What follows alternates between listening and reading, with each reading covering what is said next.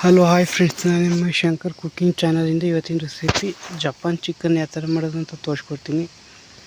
ಫಸ್ಟಿಗೆ ನಾನಿಲ್ಲಿ 1 kg ಅಷ್ಟು ಚಿಕನ್ ತಗೊಂಡಿದ್ದೀನಿ. ಅದನ್ನು ನೀಟಾಗಿ ತೊಳೆದು ಮಾಡಿಕೊಂಡಿದ್ದೀನಿ. ನೆಕ್ಸ್ಟು ಸ್ವಲ್ಪ ರುಚಿಗೆ ತಕ್ಕಷ್ಟು ಉಪ್ಪು ಬೇಕಾಗುತ್ತೆ. ನೆಕ್ಸ್ಟು ಸ್ವಲ್ಪ ಸಕ್ಕರೆ ಬೇಕಾಗುತ್ತೆ, ಶುಗರು, ಮತ್ತು ಬ್ಲ್ಯಾಕ್ ಪೆಪ್ಪರ್ ಸ್ವಲ್ಪ ಬೇಕಾಗುತ್ತೆ.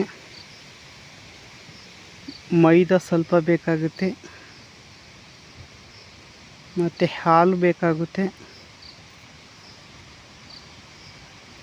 ಹಾಲೇ ಇಂಪಾರ್ಟೆಂಟು. ಮತ್ತು ಸ್ವಲ್ಪ ಬೆಣ್ಣೆ, ಕರಿಬೇವಿನ ಸೊಪ್ಪು ಈ ಥರ ಕಟ್ ಮಾಡ್ಕೊಂಡು ಸ್ವಲ್ಪ ಇಟ್ಕೊಂಡಿರಿ. ನೆಕ್ಸ್ಟ್ ಮೇನ್ ಇಂಗ್ರೀಡಿಯೆಂಟ್ಸೇ ಗೋಡಂಬಿ ಬೇಕಾಗುತ್ತೆ. ಕಾರ್ನ್‌ಫ್ಲವರ್ ಸ್ವಲ್ಪ ಬೇಕಾಗುತ್ತೆ.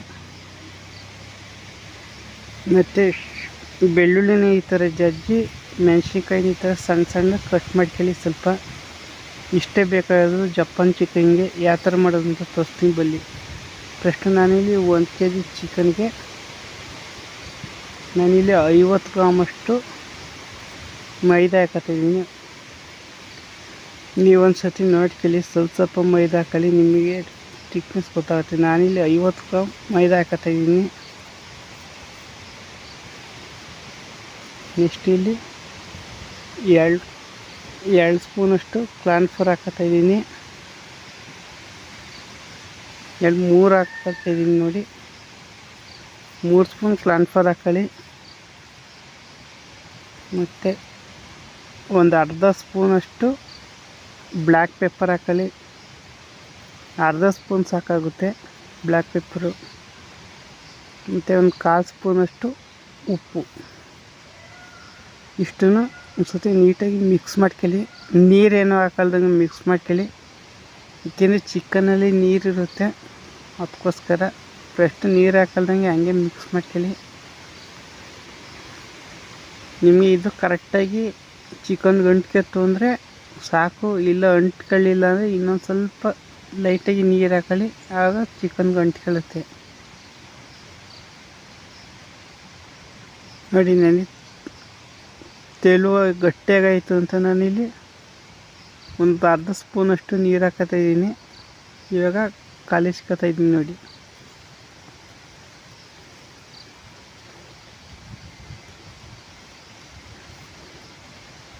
ನೋಡಿ, ಈ ಥರ ನೀಟಾಗಿ ಮಿಕ್ಸ್ ಮಾಡ್ಕೋಬೇಕು. ಮತ್ತು ಯಾರೇ ನನ್ನ ಚಾನಲ್ಗೆ ಸಬ್ಸ್ಕ್ರೈಬ್ ಆಗಿಲ್ಲ ಅಂದರೆ ಈ ಕೂಡಲೇ ನನ್ನ ಚಾನಲ್ಗೆ ಸಬ್ಸ್ಕ್ರೈಬ್ ಆಗಿ. ಯಾರು ಸಬ್ಸ್ಕ್ರೈಬ್ ಆಯ್ತಿಲ್ಲ, ನಿಮ್ಗೆ ಯಾವ ಥರ ರೆಸಿಪಿ ಯಾವ್ದಾರು ಪ್ಲೇಸ್ ಬೇಕು ಅಂದರೆ ದಯವಿಟ್ಟು ಕಮೆಂಟ್ ಮಾಡಿ. ನಾನು ನಿಮ್ಗೆ ಆದಷ್ಟು ನಿಮ್ಗೆ ತಿಳಿಸ್ಕೊಡ್ತೀನಿ, ಪ್ರಯತ್ನ ಪಡ್ತಾಯಿದ್ದೀನಿ.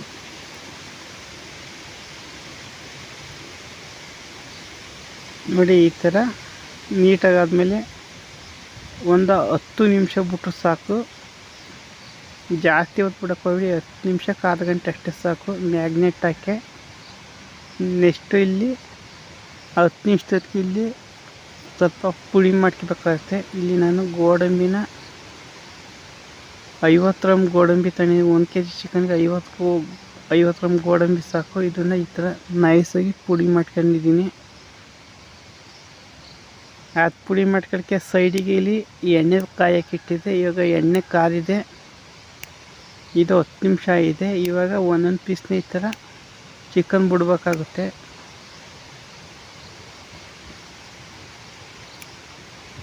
ನೋಡಿ, ಈ ಥರ ಸೇಮ್ ಕಬಾಬ್ ಯಾವ ಥರ ಮಾಡ್ತೀರ ಆ ಥರ ಬಿಡಬೇಕಾಗುತ್ತೆ, ಬೇಯಿಸ್ಕೋಬೇಕಾಗುತ್ತೆ.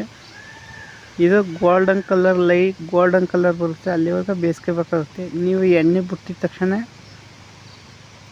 1 ನಿಮಿಷ ತೆಗಿಯೋಕ್ಕೋಗ್ಬೇಡಿ, ಅಥವಾ 30 ಸೆಕೆಂಡು ತೆಗಿಯೋಕ್ಕೋಗ್ಬೇಡಿ. ಲೋ ಫ್ಲೇಮಲ್ಲೇ ಬಿಟ್ಕೊಳ್ಳಿ. ಒಂದು 30 ಸೆಕೆಂಡು, 1 ನಿಮಿಷ ಆದಮೇಲೆ ತಿರ್ಸಿ. ಅವಾಗ ಪೀಸ್ ಹೊಡೆದೋಗಲ್ಲ, ಮತ್ತು ಕೋಲ್ಡ್ರಿಂಗು ಕರೆಕ್ಟಾಗಿ ಇಟ್ಕೊಳ್ಳುತ್ತೆ. ನೀವು ಕಬಾಬ್ ಮಾಡಿದ್ರು ಅಷ್ಟೇ, ಹಿಂಗೆ ಹಾಕಿದ ತಕ್ಷಣ ಹಿಂಗೆ ತಿರ್ಸಿದ್ರೆ ಮಸಾಲೆ ಎಲ್ಲ ಪೂರ್ತಿ ಎಣ್ಣೆಗೆಲ್ಲ ಆಗುತ್ತೆ, ಚೆನ್ನಾಗಿ ಕಾಣಲ್ಲ.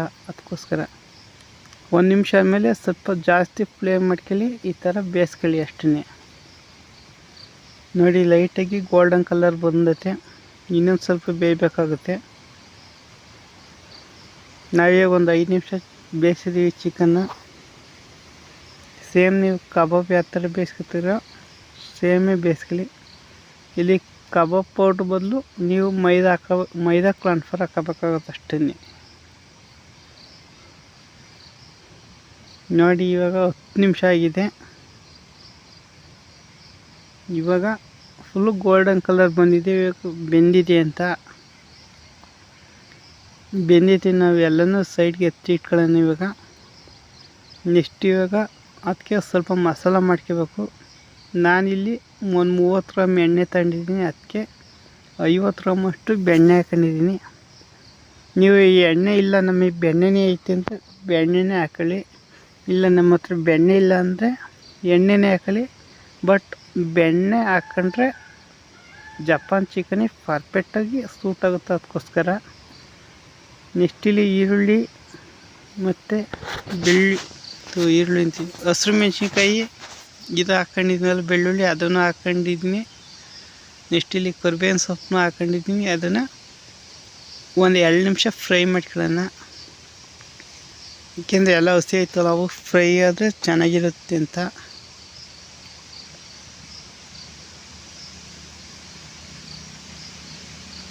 ನೋಡಿ ಒಂದು 2 ನಿಮಿಷ ನೀಟಾಗಿ ಫ್ರೈ ಮಾಡ್ಕೋಬೇಕಾಗುತ್ತೆ.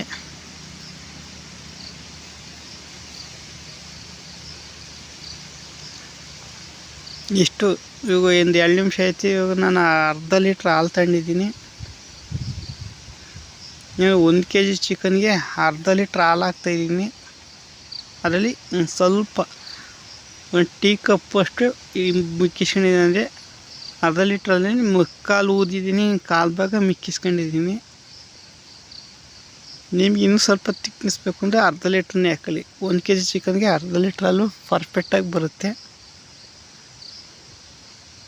ನೋಡಿ ಹಾಲು ಒಡೆದೋಗುತ್ತೆ ಅಂತ ನೀವು ತಲೆ ಕೆಡಿಸ್ಕೊಬೇಡಿ. ಹಾಲು ಯಾವುದೇ ಕಾರಣಕ್ಕೂ ಒಡೆದೋಗಲ್ಲ. ಯಾಕೆಂದರೆ ಬೆಳ್ಳುಳ್ಳಿ ಮತ್ತು ಇದನ್ನು ಮೆಣಸಿನ್ಕಾಯಿ ಎಲ್ಲ ಅವು ನೀಟಾಗಿ ಫ್ರೈ ಆಗಬೇಕು. ಅದು ಇಂಪಾರ್ಟೆಂಟ್ ಆಗುತ್ತೆ. ಅದಕ್ಕೋಸ್ಕರ ನೆಕ್ಸ್ಟ್ ಇಲ್ಲೊಂದು ಸ್ವಲ್ಪ ಉಪ್ಪು ಹಾಕೊಂಡಿದ್ದೀನಿ. ಯಾಕೆಂದರೆ ಇವು ನೀಟಾಗಿ ಫ್ರೈ ಆಗಲಿಲ್ಲ ಅಂದರೆ ಹಾಲು ಒಡೆದೋಗೋ ಚಾನ್ಸ್ ಆಗುತ್ತೆ. ಅದಕ್ಕೆ ನೆಕ್ಸ್ಟ್ ಇಲ್ಲಿ ಗೋಡಂಬಿನ ರುಬ್ಕೊಂಡಿದ್ನಲ್ಲ ಅದನ್ನೇ ಇದಕ್ಕೆ ಹಾಕಿ ನೀಟಾಗಿ ಮಿಕ್ಸ್ ಮಾಡ್ತಾಯಿದ್ದೀನಿ.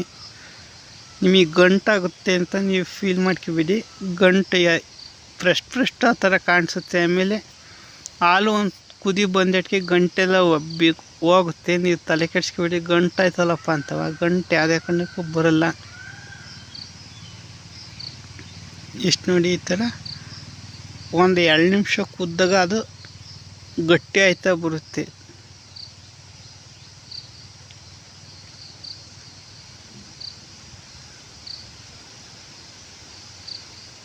ನೋಡಿ ಇದು ಸೈಡಲ್ಲಿ ಇರ್ತದೆ ಎಲ್ಲ ಗಂಟೆಲ್ಲ ನೀಟಾಗಿ ಹೋಗುತ್ತೆ. ನೀವು ತಲೆ ಕೆಡಿಸ್ಕೊಳ್ಕೋಬೇಡಿ.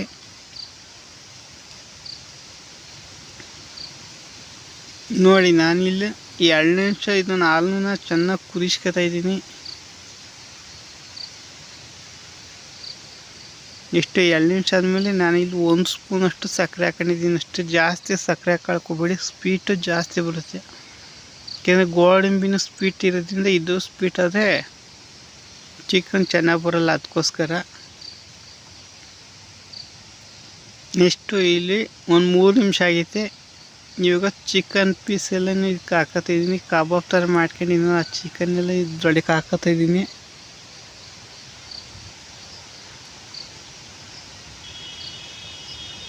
ನೆಕ್ಸ್ಟು ಚಿಕನ್ ಹಾಕ್ತಕ್ಕೆ ಅದು ಹಾಲೆಲ್ಲ ಅಬ್ಸರ್ವ್ ಮಾಡ್ಕೊಳುತ್ತೆ ಚಿಕನ್ ಪೀಸಸ್ಸು.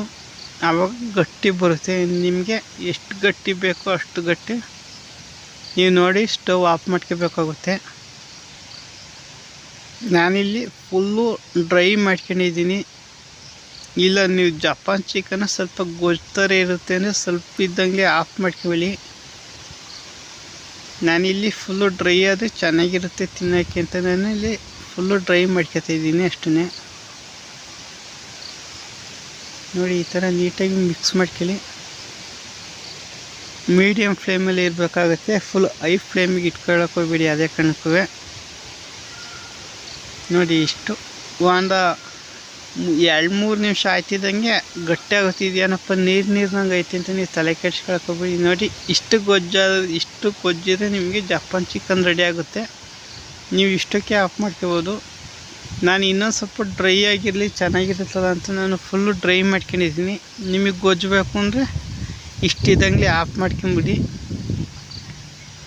ಇಲ್ಲ ಫುಲ್ಲು ಡ್ರೈ ಆಗಿದ್ರೆ ಚೆನ್ನಾಗಿರುತ್ತೆ ಅಂದರೆ ನೀವು ಇನ್ನೊಂದು ನಿಮಿಷ ಫ್ರೈ ಮಾಡಿದರೆ ಫುಲ್ಲು ಡ್ರೈ ಆಗಿ ನಿಮಗೆ ಅದ್ಭುತವಾದ ಈ ಥರ ಜಪಾನ್ ಚಿಕನ್ ನಿಮಗೆ ರೆಡಿ ಆಗುತ್ತೆ. ಮತ್ತು ಯಾರ್ಯಾರು ನನ್ನ ಚಾನಲ್ಗೆ ಸಬ್ಸ್ಕ್ರೈಬ್ ಆಗಿಲ್ಲ ಅಂದರೆ ಈ ಕೂಡಲೇ ಸಬ್ಸ್ಕ್ರೈಬ್ ಆಗಿ. ನಿಮ್ಗೆ ಇದಕ್ಕಿಂತ ಇನ್ನೂ ತುಂಬ ವೆರೈಟಿ ಡಿಶಸ್ ಬರುತ್ತೆ. ನೀವು ನನ್ನ ಚಾನಲ್ಗೆ ಸಬ್ಸ್ಕ್ರೈಬ್ ಮಾಡ್ಕೊಳ್ಳಿ ಅಷ್ಟೇ. ಸಿಗೋಣ ನೆಕ್ಸ್ಟ್ ವೀಡಿಯೋದಲ್ಲಿ. ಅಲ್ಲಿವರೆಗೂ take care, bye bye, see you.